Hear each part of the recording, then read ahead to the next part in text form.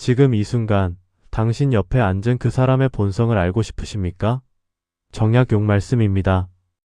밥 먹을 때 나옵니다. 아무리 감추려 해도 식탁 앞에 앉으면 나옵니다. 말을 조심하고 표정을 다듬고 좋은 사람처럼 보이려 애써도 밥 먹는 자리에서는 결국 본 모습이 드러납니다. 누가 먼저 수저를 드는지, 누가 메뉴를 혼자 정하는지, 누가 끝까지 말을 독점하는지, 누가 계산서가 나올 때 눈을 피하는지. 이것은 단순한 식사 습관이 아닙니다. 정약용은 일찍이 이렇게 말했습니다. 사람을 보려거든 팝상 앞에 앉혀라. 그 자리에서 모든 것이 드러난다. 수백 년 전 말씀입니다. 그런데 지금도 그대로입니다. 사람의 본성은 변하지 않았기 때문입니다. 감춰도 소용없습니다. 배가 고프고 여럿이 함께 앉고 돈 계산이 얽히는 순간 포장지가 벗겨집니다.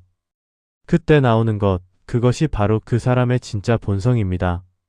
이 본성은 식탁에서만 그치지 않습니다. 밥 먹는 자리에서 드러난 그 패턴은 그 사람이 관계를 맺는 방식, 당신을 대하는 방식, 위기 앞에서 행동하는 방식과 정확히 일치합니다. 식탁은 거울입니다. 그 사람의 인간관계 전체를 비추는 거울입니다. 오늘은 그 거울을 제대로 읽는 법을 알려드리겠습니다. 끝까지 함께 해주시면 앞으로의 관계가 달라지실 겁니다. 아직 구독 전이시라면 구독 버튼 한번 눌러주십시오. 지금 바로 시작하겠습니다. 수저를 드는 순서 배려인가 서열인가? 팝상에 둘러앉은 사람들이 있습니다. 음식이 차려지고 잠시 정적이 흐릅니다. 그 짧은 순간 누가 먼저 수저를 드는지 보신 적 있으십니까? 단순한 식사 예절처럼 보입니다. 그런데 왜 어떤 사람이 먼저 수저를 드는 순간 마음이 불편해집니까? 왜 똑같이 먼저 드는 행동인데 어떤 사람은 자연스럽고 어떤 사람은 거슬립니까? 그 차이가 어디서 오는지 오늘 정확히 짚어드리겠습니다. 왜 이런 차이가 생깁니까? 이유는 세 가지입니다. 첫째, 수저를 드는 행위에는 관계 선언이 담겨 있습니다. 먼저 수저를 드는 사람은 말하지 않고도 선언하는 것입니다. 나는 이 자리에서 기다릴 필요가 없는 사람이다. 오랜 세월 함께한 사이에서는 이 선언이 자연스럽습니다. 그러나 관계가 아직 정돈되지 않은 자리에서 누군가 먼저 수저를 드는 순간 그 선언은 침범으로 느껴집니다. 기분의 문제가 아니라 구조의 문제입니다.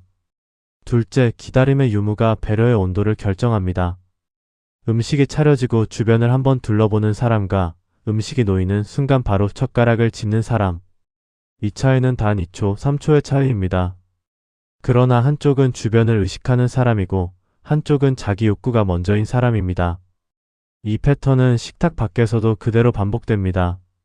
셋째, 시선의 방향이 본성을 드러냅니다. 먼저 수저를 드는 순간 그 사람의 눈이 어디를 향하는지 보십시오. 주변 사람을 향하는 사람은 눈으로 양해를 구하는 사람입니다. 자기 앞 그릇만 바라보는 사람은 그 물음 자체가 없는 사람입니다. 시선이 향하는 곳이 그 사람의 관심이 향하는 곳입니다. 결국 수저를 드는 순서는 배고픔의 표현이 아닙니다.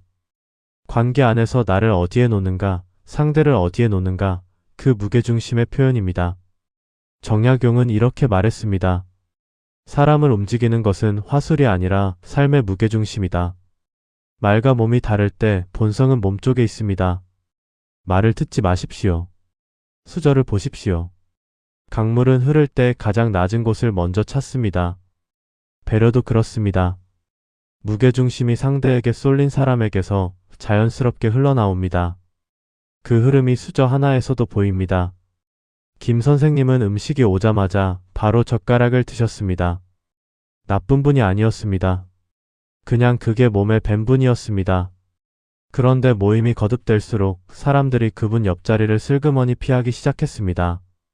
설명할 수 없는 불편함이 쌓인 것입니다. 박 선생님은 달랐습니다. 음식이 와도 잠깐 주변을 둘러보셨습니다. 가장 연세 드신 분께 살짝 고개를 끄덕이신 뒤에야 수저를 드셨습니다. 매번 어떤 자리에서도 한결같이 박 선생님 옆자리는 늘 먼저 찾습니다. 수저 하나의 차이가 관계 전체를 결정했습니다. 음식이 차려지면 딱 3초만 기다리십시오. 주변을 한번 보시고 드십시오. 그 3초가 쌓이면 관계가 달라집니다. 그리고 당신 자신에게 물어보십시오. 나는 지금까지 밥상 앞에서 어떤 사람이었습니까? 메뉴를 정하는 사람 주도인가, 통제인가? 식당에 들어섰습니다. 메뉴판이 펼쳐지는 순간 누군가 먼저 입을 엽니다. 여기 이거 맛있어요. 이걸로 시키죠. 이 짧은 말 한마디가 그냥 지나쳐지십니까? 왜 똑같이 메뉴를 제안하는데 어떤 사람은 고맙고 어떤 사람은 불편합니까? 그 차이를 오늘 정확히 짚어드리겠습니다. 왜 이런 차이가 생깁니까? 이유는 세 가지입니다. 첫째, 물음표 없는 제안은 제안이 아니라 결정입니다. 이걸로 시키죠. 이 말에는 상대의 의견을 묻는 말이 없습니다. 반면 이거 어떠세요? 다들 어떻게 생각하세요? 라고 묻는 사람은 조율하는 사람입니다. 결정하는 사람의 중심은 자기에게 있고 조율하는 사람의 중심은 모두에게 있습니다. 이 차이가 밥상 밖에서도 그대로 나타납니다. 둘째, 선택지를 주는가, 빼앗는가가 본성을 드러냅니다. 아직 다른 사람들이 메뉴판을 보고 있는데 어느새 직원을 부르는 사람이 있습니다. 그 자리에 앉은 누군가는 다른 메뉴가 먹고 싶었을 수 있습니다. 묻지 않았으니 말을 못한 것입니다. 이것이 선택지를 빼앗는 것입니다. 반면 천천히 둘러보세요. 뭐가 당기세요? 라고 먼저 묻는 사람은 공간을 주는 사람입니다. 셋째, 메뉴 결정 후 반응을 보면 통제의 깊이가 드러납니다. 상대가 다른 메뉴를 시키겠다고 할 때, 아, 그래요. 그것도 좋겠네요. 라고 넘어가는 사람과 에이, 이게 훨씬 맛있는데라며 다시 설득하려는 사람. 전자는 주도하되 통제하지 않는 사람입니다. 후자는 내 선택이 옳다는 것을 인정받고 싶은 욕구가 작동하는 사람입니다. 정약용은 이렇게 말했습니다. 남을 고치려는 마음이야말로 실패의 첫걸음이다. 처음에는 메뉴입니다. 그 다음은 생활 방식입니다. 그 다음은 인생 전체입니다. 문지방이 높은 집은 들어가기가 불편합니다. 내 방식, 내 선택을 강요하는 사람 곁에 있으면 매번 문지방을 넘는 느낌입니다. 상대에게 공간을 주는 사람 곁은 문지방이 낮은 집처럼 편안합니다. 한번 제안하고 내려놓으십시오. 그것이 주도입니다. 2번 이상 설득하려 드는 것은 통제입니다. 나는 지금까지 모임 자리에서 메뉴를 제안했습니까? 결정했습니까? 팝상에서 말을 톡 점하는 사람의 정체. 여럿이 함께 앉은 식사 자리입니다. 그런데 어느 순간부터 한 사람의 목소리만 들립니다. 내가 어디를 다녀왔는데, 내 자식이 어떻게 됐는데. 다른 사람이 말을 꺼내려 하면 그 말 위로 덮어버립니다. 그 자리가 끝나고 나면 말 한마디 제대로 못했는데 이상하게 지쳐 있습니다. 왜 그럴까요? 왜 이런 일이 벌어집니까? 이유는 세 가지입니다. 첫째, 말의 독점은 관심의 독점입니다. 대화란 주고받는 것입니다. 한 사람이 계속 말하는 자리에서는 그 리듬이 깨집니다. 사람에게는 누구나 자기 이야기를 꺼내고 싶은 욕구가 있습니다. 그 욕구가 계속 막히면 그 자리 자체가 숨막히는 공간이 됩니다. 관심은 나눌수록 커집니다. 독점하려 들수록 사라집니다. 둘째, 말을 멈추지 못하는 것은 내면의 결핍에서 옵니다. 끊임없이 말하는 사람의 주제는 늘 자기 자신입니다. 인정받고 싶기 때문입니다. 자기 존재를 확인받고 싶기 때문입니다. 말이 많아지는 것은 그 욕구가 채워지지 않는다는 신호입니다. 그런데 말이 많아질수록 사람들이 멀어집니다. 더 멀어질수록 더 말이 많아집니다. 이 악순환이 팝상 위에서 조용히 반복됩니다. 셋째, 듣지 않는 사람은 상대를 보지 않는 사람입니다. 듣는 척은 합니다. 고개를 끄덕이거나 맞장구를 치기도 합니다. 그런데 그 직후 다시 자기 이야기로 돌아옵니다. 상대가 무슨 말을 했는지, 어떤 표정인지 아무것도 들어오지 않습니다. 그 사람의 세계에는 자기밖에 없습니다. 정약용은 이렇게 말했습니다. 말이 많아지면 뜻이 가벼워진다. 뜻이 무거운 사람은 말을 아낀다. 말을 아끼는 사람의 한마디는 무게가 다릅니다. 다들 그 사람의 한마디를 기다립니다. 한 평의 땅에 씨앗 100개를 심으면 제대로 자라는 것이 없습니다. 말도 그렇습니다. 많이 심을수록 서로 엉켜 아무것도 남지 않습니다. 다음 모임에서 자기 이야기를 꺼내기 전에 먼저 물어보십시오. 요즘 어떻게 지내세요? 이 한마디가 대화의 방향을 완전히 바꿉니다. 말을 독점하는 사람이 있는 자리에서는 그러고 보니 옆에 계신 분은 요즘 어떠세요? 라는 한마디로 흐름을 자연스럽게 돌리십시오. 계산서 앞에서 본성이 완성된다. 밥을 다 먹었습니다. 직원이 테이블 위에 계산서를 내려놓는 순간 그 자리에 앉은 사람들의 행동이 갈립니다. 누군가는 자연스럽게 손을 뻗습니다. 누군가는 가방을 뒤적입니다. 누군가는 창밖을 봅니다. 누군가는 화장실에 갑니다. 이 몇 초의 장면이 그 자리에 앉은 사람들의 본성을 가장 선명하게 드러내는 순간입니다. 왜 이런 차이가 생깁니까? 이유는 세 가지입니다. 첫째, 계산서 앞에서의 행동은 평소 관계에서의 태도를 그대로 반영합니다. 관계를 주고받는 것으로 생각하는 사람은 계산서 앞에서 자연스럽게 손을 뻗습니다. 이번에 내가 내면 다음번에 상대가 낼 것이라는 신뢰가 있기 때문입니다. 반면 관계를 손익으로 계산하는 사람은 내가 내면 손해인가를 따지느라 몸이 굳습니다. 그 굳음이 가방을 뒤적이는 행동으로, 창밖을 보는 행동으로 나타납니다. 둘째, 계산을 피하는 방식이 그 사람의 회피 패턴을 보여줍니다. 계산서가 나올 때마다 화장실에 가는 사람. 본인은 타이밍이 나빴을 뿐이라 생각합니다. 그런데 그것이 반복된다면 이야기가 다릅니다. 어려운 결정을 해야 할 때, 불편한 대화를 해야 할 때, 책임을 져야 할 때, 이 사람은 그 순간마다 어딘가로 사라지는 패턴이 있습니다. 셋째, 계산 후의 태도가 그 사람의 진짜 품격을 결정합니다. 계산을 하고 나서 자연스럽게 다음 이야기로 넘어가는 사람. 반면 오늘 내가 샀다, 다음엔 당신이 사야 한다고 바로 못을 박는 사람. 베푸는 것처럼 보이지만 실제로는 상대에게 빚을 지우는 것입니다. 품격 있는 사람은 계산한 뒤 그 사실을 잊습니다. 그것이 진짜 베품입니다. 정약용은 이렇게 말했습니다. 의지하되 기대지 말고 사랑하되 매달리지 마라. 주되 돌려받을 것을 계산하지 않는 것. 그 마음이 계산서 앞에서 가장 선명하게 드러납니다. 관계를 저울처럼 대하는 사람은 늘 균형을 재고 있습니다. 그런데 그 저울질이 관계를 지치게 합니다. 계산서 앞에서 저울을 꺼내는 순간 그 관계는 이미 계약이 되어버립니다. 계약은 차갑습니다. 관계는 따뜻해야 합니다. 한 선생님은 계산서가 나오면 어김없이 화장실에 가셨습니다. 3번, 4번, 5번이 되니 다들 알게 되었습니다. 어느 순간부터 그분을 모임에 부르지 않게 되었습니다. 오 선생님은 달랐습니다. 계산서가 나오면 가장 먼저 손을 뻗으셨습니다.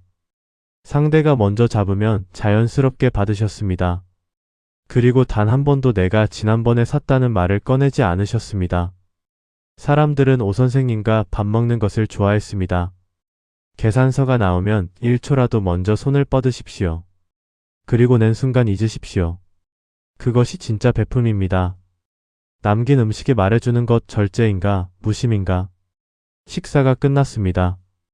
테이블 위를 보십시오. 어떤 사람의 앞은 깔끔합니다. 먹을 만큼만 덜어 먹었고 남긴 것이 거의 없습니다. 어떤 사람의 앞은 잔뜩 담아놨는데 절반 이상이 남아있습니다. 이 장면이 그냥 지나쳐지십니까? 음식을 대하는 방식 안에 그 사람이 세상을 대하는 방식이 담겨 있습니다. 왜 이런 차이가 생깁니까? 이유는 3가지입니다. 첫째, 음식을 덜어 담는 양이 자기 욕구 조절 능력을 보여줍니다. 자기가 먹을 수 있는 양만큼만 가져가는 사람은 덜어 담기 전에 잠깐 생각합니다. 이게 다 먹어질까? 반면 맛있어 보이는 것을 일단 잔뜩 담고 보는 사람은 갖고 싶다는 욕구가 먼저입니다. 이 패턴은 관계에서도 똑같이 나타납니다. 자기가 감당할 수 있는 것보다 더 많은 것을 요구하는 사람, 받고 나서 제대로 감당하지 못하는 사람. 그 출발점이 음식을 덜어 담는 그 순간에 이미 보입니다. 둘째, 공용 음식을 대하는 방식이 공동체 의식을 드러냅니다. 자기가 먹을 만큼만 덜어가고 옆 사람이 충분히 먹었는지 눈으로 확인하는 사람. 반면 좋아하는 반찬이 나오면 자기 앞으로 당겨놓고 보는 사람. 이 의식은 식탁 밖에서도 그대로 작동합니다. 가족 안에서, 모임 안에서, 직장 안에서. 셋째, 남긴 음식을 대하는 태도가 책임감의 깊이를 보여줍니다. 미안한 기색으로 이건 제가 너무 많이 담았네요 라고 말하는 사람. 반면 아무렇지 않게 수저를 내려놓고 다른 이야기를 시작하는 사람. 그 무심함이 관계에서는 훨씬 크게 나타납니다. 자기 말이 상대에게 어떤 영향을 미쳤는지, 자기 행동이 주변에 어떤 파장을 만들었는지 모르는 사람. 그 출발점이 남긴 음식 앞에서의 무심함입니다. 정약용은 이렇게 말했습니다. 인간의 행복은 가진 것이 아니라 태도에서 비롯된다. 밥 한 끼를 어떻게 먹는가가 그 사람이 삶을 어떻게 사는가를 보여줍니다. 지혜로운 농부는 땅이 감당할 수 있는 만큼만 씨앗을 심습니다. 먹을 수 있는 만큼만 담는 사람의 그릇은 늘 비워집니다. 비워진 그릇은 다음을 준비합니다. 관계도 이와 같습니다. 음식을 담기 전에 딱 한 번 멈추십시오. 이게 다 먹어질까? 주변에 더 필요한 사람은 없는가? 그리고 음식을 남겼을 때 그냥 내려놓지 마십시오. 제가 너무 많이 담았네요. 이 한마디가 그 자리의 분위기를 바꿉니다. 지금까지 밥상 위에서 드러나는 본성의 신호들을 살펴보았습니다. 수저를 드는 순서에서, 메뉴를 정하는 방식에서, 말을 독점하는 패턴에서, 계산서 앞에서의 행동에서, 남긴 음식 앞에서의 태도에서, 이 5가지는 모두 하나의 방향을 가리키고 있습니다. 밥상은 그 사람의 본성이 가장 선명하게 드러나는 자리라는 것입니다. 이제부터는 당신 자신이 그 자리에서 절대 해서는 안 되는 것들을 이야기하겠습니다. 상대를 읽는 것만큼 중요한 것이 내가 어떤 사람으로 보이고 있는가입니다. 지금부터가 오늘 영상의 핵심입니다. 끝까지 함께 해주십시오. 식탁에서 절대 캐묻지 마라. 밥을 먹는 자리입니다. 분위기가 무르익을 때 누군가 입을 엽니다. 요즘 자녀분은 어떻게 지내세요? 결혼은 언제 할 것 같아요? 건강은 괜찮으세요? 처음에는 안부를 묻는 것처럼 들립니다. 그런데 질문을 받은 사람의 표정을 보십시오. 잠깐 굳습니다. 그 자리가 끝난 뒤 집에 돌아와서 왠지 모르게 지쳐 있습니다. 맛있는 밥을 먹었는데 왜 피곤합니까? 왜 이런 일이 벌어집니까? 이유는 3가지입니다. 첫째, 캐물음은 관심이 아니라 침범입니다. 묻는 사람은 관심을 표현하는 것이라고 생각합니다. 그런데 받는 사람이 불편하게 느낀다면 그것은 이미 침범입니다. 자녀 이야기, 재산 이야기, 건강 이야기. 이런 주제들은 그 사람이 스스로 꺼내기 전까지는 건드려서는 안 되는 영역입니다. 아무리 좋은 의도라도 동의 없는 침입은 침입입니다. 둘째, 캐물음은 상대를 답해야 하는 위치에 세웁니다. 여럿이 함께 있는 자리에서는 탑하지 않으면 분위기가 어색해집니다. 그래서 말하고 싶지 않아도 말하게 됩니다. 그리고 말하고 나서 후회합니다. 그 후회가 그 자리에 대한 부정적인 기억으로 남습니다. 그 기억이 쌓이면 그 자리 자체를 피하게 됩니다. 셋째, 캐물음이 반복될 때 그 사람은 정보를 캐는 사람으로 인식됩니다. 저 사람에게는 조심해야 한다. 이렇게 인식되는 순간 상대는 방어막을 칩니다. 가까워지려 했는데 오히려 벽이 생깁니다. 이것이 캐물음의 가장 무서운 결과입니다. 정약용은 이렇게 말했습니다. 기대를 내려놓는다 함은 타인의 행동에 내 평온을 걸지 않는다는 뜻이다. 상대가 말하고 싶을 때 말할 것이라는 신뢰. 그 신뢰가 캐물음을 멈추게 합니다. 굳게 닫힌 문은 두드릴수록 더 세게 잠깁니다. 그런데 문 앞에 조용히 서서 기다리는 사람 앞에서는 어느 순간 안에서 빗장이 풀립니다. 캐묻지 않는 것이 그 기다림입니다. 질문하기 전에 딱 한 번 멈추십시오. 이 질문이 상대가 편하게 답할 수 있는 질문인가? 불편할 것 같다는 느낌이 든다면 그 질문은 하지 마십시오. 요즘 어떻게 지내세요? 이 열린 질문 하나면 충분합니다. 불편한 사람과 억지로 앉지 마라. 모임 날짜가 정해졌습니다. 그런데 참석자 명단을 보는 순간 마음이 무거워집니다. 그 사람이 옵니다. 밥 먹는 내내 불편했던 그 사람. 그런데 이상하게도 당신은 또 갑니다. 안 가면 어색할 것 같아서. 빠지면 뭐라고 할 것 같아서. 그리고 그 자리에서 또 억지로 웃고 억지로 맞장구를 치고 집에 돌아옵니다. 몸은 밥을 먹었는데 마음은 굶은 것 같은 그 느낌. 이 패턴이 반복되고 있다면 오늘 이 말씀을 반드시 들으셔야 합니다. 왜 이런 일이 벌어집니까? 이유는 3가지입니다. 첫째, 억지로 앉는 자리는 당신의 에너지를 소진시킵니다. 불편한 사람과 함께하는 자리에서 사람은 끊임없이 자기를 조율합니다. 표정을 관리하고 말을 골라야 하고 반응을 계산해야 합니다. 밥을 먹었는데 더 지쳐서 돌아오는 이유가 바로 여기에 있습니다. 이 소진이 반복되면 그 사람의 이름만 들어도 피곤해지기 시작합니다. 그 피로가 결국 다른 소중한 관계에도 영향을 미칩니다. 둘째, 억지로 앉는 것은 그 패턴을 강화시킵니다. 당신이 억지로 웃고 맞장구를 치고 있다면 상대는 괜찮다고 받아들입니다. 당신이 불편해한다는 것을 알지 못합니다. 당신의 인내가 상대의 변화를 막는 것입니다. 억지로 앉는 것은 그 불편한 관계가 계속되어도 괜찮다는 당신의 묵인입니다. 셋째, 억지로 앉는 자리는 진짜 소중한 자리를 밀어냅니다. 불편한 자리에 앉아있는 그 시간은 소중한 사람과 함께할 수 있는 시간입니다. 불편한 자리에서 소진한 그 에너지는 진짜 의미 있는 관계에 써야 할 에너지입니다. 억지로 앉는 것은 단순히 불편함을 감수하는 것이 아닙니다. 소중한 것을 포기하는 것입니다. 정약용은 이렇게 말했습니다. 자기 삶의 주인은 자기 자신뿐이다. 그 자리를 남에게 내주지 마라. 주인은 자리를 선택합니다. 손님은 주어진 자리에 앉습니다. 당신은 어느 쪽이십니까? 아름다운 정원을 가꾸는 정원사는 꽃만 심지 않습니다. 잡초를 뽑습니다. 불편한 관계를 정리하는 것이 나쁜 것이 아닙니다. 내 정원이 더 잘 자랄 수 있도록 공간을 만드는 것입니다. 모임 연락이 왔을 때 한 가지만 물어보십시오. 이 자리에 갔다가 돌아올 때 나는 채워져 있을까, 비워져 있을까? 비워져서 돌아오는 자리라면 가지 않아도 됩니다. 거절하는 말을 준비해 두십시오. 그날은 선약이 있습니다. 몸이 좀 좋지 않아서요. 이 두 문장이면 충분합니다. 좋은 사람처럼 보이려 애쓰지 마라. 팝상 자리에 앉았습니다. 그런데 그 순간부터 머릿속이 돌아가기 시작합니다. 내가 지금 어떻게 보일까? 이 말을 꺼내면 어색하지 않을까? 너무 많이 먹는 것처럼 보이지는 않는가? 밥 한 끼를 먹는 자리인데 끊임없이 계산하고 있습니다. 그리고 집에 돌아왔을 때 밥을 먹었는데도 왠지 허전합니다. 그 자리 내내 음식이 아니라 나 자신을 먹고 있었기 때문입니다. 왜 이런 일이 벌어집니까? 이유는 세 가지입니다. 첫째, 좋은 사람처럼 보이려 애쓰는 순간 진짜 나는 사라집니다.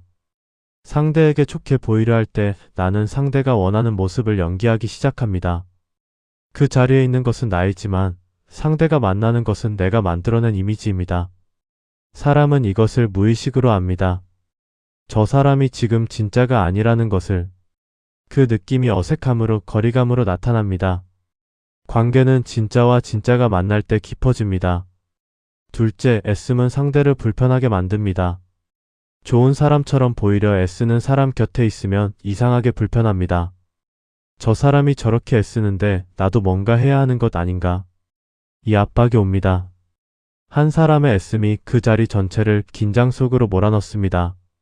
반면 자연스러운 사람 곁에 있으면 나도 자연스러워집니다. 셋째, 애씀은 지속될 수 없습니다. 관계가 깊어질수록, 만남이 반복될수록 그 연기를 유지하기가 어려워집니다. 어느 순간 본 모습이 나오는 순간이 옵니다. 그때 상대는 혼란스럽습니다. 내가 알던 사람과 다르다. 그 혼란이 관계의 균열을 만듭니다. 오래가는 관계는 처음부터 자연스러운 관계입니다. 정약용은 이렇게 말했습니다. 기품이란 상대의 반응에 흔들리지 않는 내면의 척도다. 상대가 나를 어떻게 보든 내 중심이 흔들리지 않는 것. 그 중심은 상대의 평가에서 오지 않습니다. 내 안에서 옵니다. 잔잔한 호수는 아무것도 하지 않습니다. 그런데 그 안에 하늘이 담기고 산이 담기고 나무가 담깁니다. 자연스럽게 있는 사람 안에 다른 사람이 담깁니다. 끊임없이 애쓰는 사람은 파도치는 바다와 같습니다. 자기를 보여주려는 파도 때문에 상대가 보이지 않습니다. 팝상 자리에 앉는 순간 이 한마디를 속으로 되뇌십시오. 나는 오늘 좋게 보이려 하지 않겠다. 실수했을 때 당황하지 마십시오. 웃으면서 넘어가십시오. 좋은 사람처럼 보이려 애쓰지 마십시오. 그냥 좋은 사람이 되십시오. 오늘 우리가 들여다본 것은 밥상이었습니다.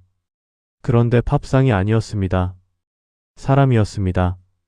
수저를 드는 순간 메뉴를 정하는 방식, 말을 톡 점하는 패턴, 계산서 앞에서의 행동, 남긴 음식 앞에서의 태도, 그리고 식탁에서 캐묻는 것, 불편한 자리에 억지로 앉는 것, 좋은 사람처럼 보이려 애쓰는 것. 이 8가지 모두가 하나의 방향을 가리키고 있습니다. 팝상은 거짓말을 하지 않습니다. 정약용은 평생을 두고 사람을 관찰했습니다. 사람을 보려거든 가장 무심한 순간을 보라. 준비하지 않은 순간, 꾸미지 않은 순간. 그 순간에 나오는 것이 진짜라는 것입니다. 팝상이 바로 그 자리입니다. 이제 2가지를 당신 자신에게 물어보십시오. 첫 번째, 나는 오늘 팝상 위에서 어떤 사람으로 보이고 있습니까? 그 자리에서 드러나는 나의 본성은 내가 원하는 나의 모습과 일치합니까? 두 번째, 나는 오늘 팝상을 함께하는 사람들을 제대로 보고 있습니까? 이 작은 신호들이 그 사람이 나를 어떻게 대할 것인지를 이미 보여주고 있습니다. 보이십니까? 이 2물음을 품고 다음 팝상에 앉으십시오. 그 자리가 달라집니다.